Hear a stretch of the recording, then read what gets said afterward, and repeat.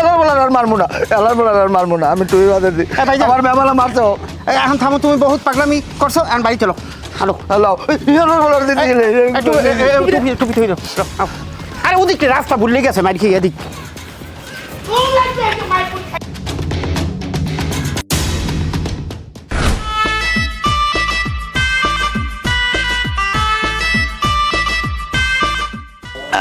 সালমা, তুমি কেন বোঝো না?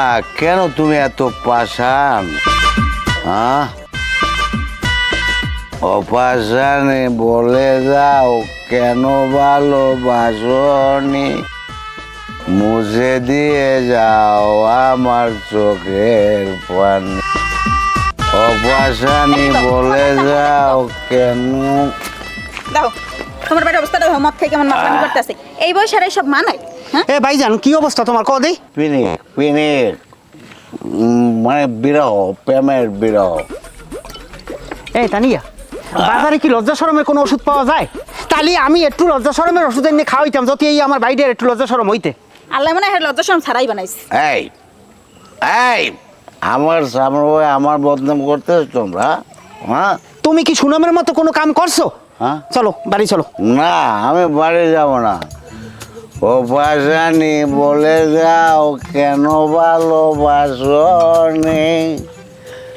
তুমি মুছে দিয়ে যাও আমার চোখে। কেমনটা লাগে? ওদিকে এককালে এককালে গরিবের বাপ্পারাজ হয়েছে। এই আমরা বাড়ি চলেন, এই অবস্থায় যদি আপনারা কেউ দেখে রাস্তার উপরে, এরপর এই নুরুজ্জামানের গের মানুষের জায়গায় দেখছে চলাচল করে, মান সম্মান থাকবে আমার? নো নো, স্টপ স্টপ, আমি বাড়ি যাব না। আমি এখানে গান গাবো।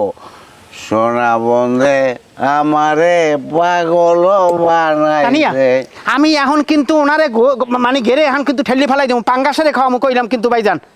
আমি হালকা মেরেছি একটু লাল পানি, রাতিরে যেও না। আপনি চুপ করবেন? হ্যাঁ? আমি এই মদের বোতল কিন্তু আপনার মাথায় ভাঙ্গিয়া এরপর কিন্তু ঘুরি ঘুরি হালাই দেবো। হ্যাঁ বাড়িলান না, স্টপ স্টপ, আমি বাড়ি যাব না। সালমা আমার মন প্রাণ, ওকে আমি ভালোবাসি। হ্যাঁ ওলেন। হ্যাঁ, এই একটা কিন্তু ঘিরে হালাই দেবো কই দিলাম, ধাক্কা মারিয়া। বাড়িলান। সরি মিস্টেক, বাড়ি যাব।